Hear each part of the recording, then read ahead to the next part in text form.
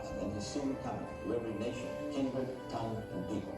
A global mission and a global strategy which extends from continent to continent, country to country, city to city, group to group, and ultimately person to person. We've seen many new people groups and countries entered. We've seen thousands of new churches planted. We've seen literally millions of people find hope and salvation through Jesus. Of course, many mission challenges still remain, but that's nothing new. When the good news about Jesus spread from Jerusalem some 2,000 years ago, it didn't happen because the apostles came together, planned together, prayed together, and said, "I will go." No, sadly, it really only happened as a byproduct of persecution.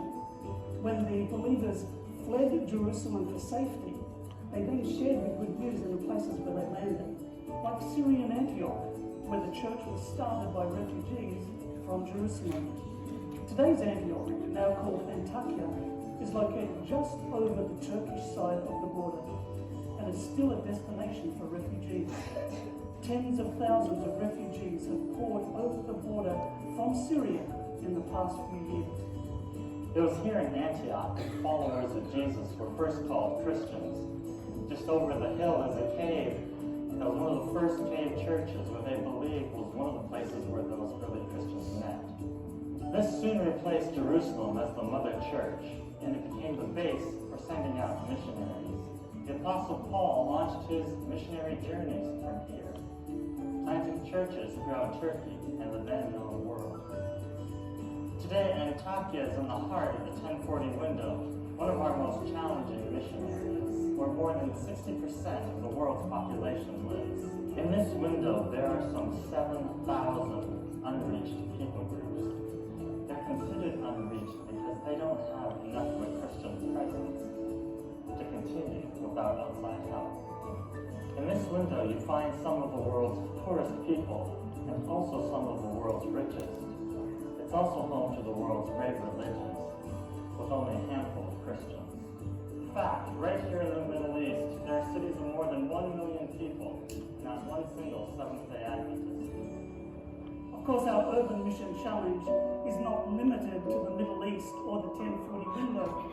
In Africa, Asia Pacific, the Americas, Europe, cities where the majority of the world's population now live are our new mission field. And of course, the cities are home to every nation, kindred, tongue, and people. In any large city today, you'll find ethnic enclaves or neighborhoods such as Little Italy, or Chinatown, or Little India, or Little Korea. The list goes on, because people like to stick together. And in the large cities, you will also find every conceivable religion, or belief system, or non-belief system. And it's this last group, the non-believers, the secular, the post-Christian, those who live their lives without any reference to God. It's this rapidly growing group that is a particular mission challenge. How do we even begin to reach people who don't believe in God and have never even seen a Bible? How do we even begin to reach people who are rich and increased with goods and feel as if they have need of nothing? These are questions that have confronted the church in Australia, New Zealand, Europe for many years. Now they're starting to confront the church in every world territory.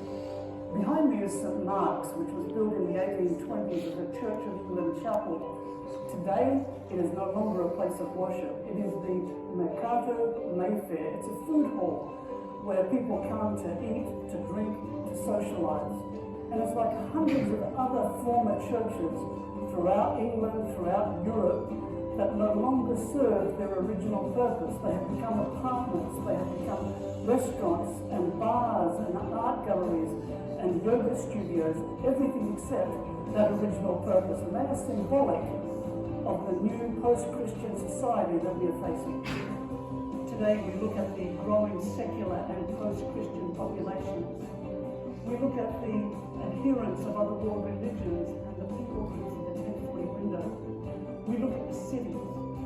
In the face of such challenges, many people see walls, but we see opportunities.